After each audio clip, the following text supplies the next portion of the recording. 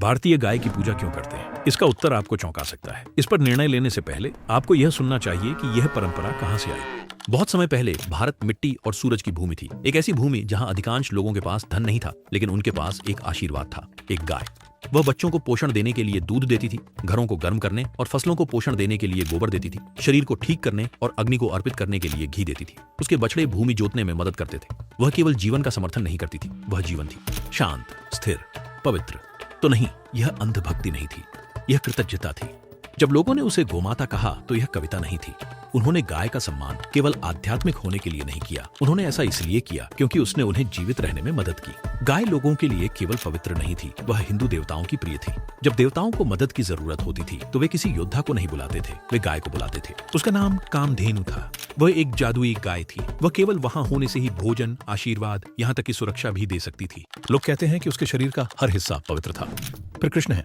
मुझे लगता है कि ज्यादातर लोग जानते हैं कि वह कौन है, लेकिन बचपन में कृष्ण एक गांव में गायों से घिरे हुए बड़े हुए। उन्होंने उन्हें चारा खिलाया, उन्होंने उन्हें नाम दिए। वह हर दिन उनके साथ खेलते थे। कृष्ण के लिए गायें जानवर नहीं थी, वे परिवार थीं। एक दिन इंद्र नामक एक शक्तिशाली देवता नाराज हो गए और उन्होंने बड़े तूफान भेजे। बारिश होने लगी, लोग और गायें डर गए, लेकिन कृष्णा नहीं भागे। वह मुस्कुराए और एक पहाड़ को एक उंगली से उठा लिया।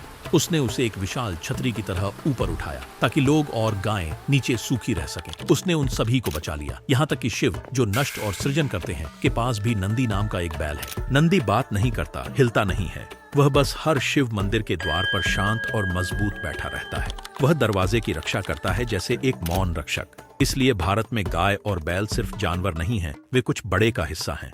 वे हमें प्रेम, शक्ति और शांति दिखाते हैं। लेकिन सब कुछ बदल गया, और वह भी अच्छे के लिए नहीं। पहले बाहरी लोग आ गए थे, उन्होंने सीमाएं खींची, भूमि के नाम बदले और उस तूफान में कहीं गाय पवित्र से अधिक बन गई। वह राजनीतिक हो गई।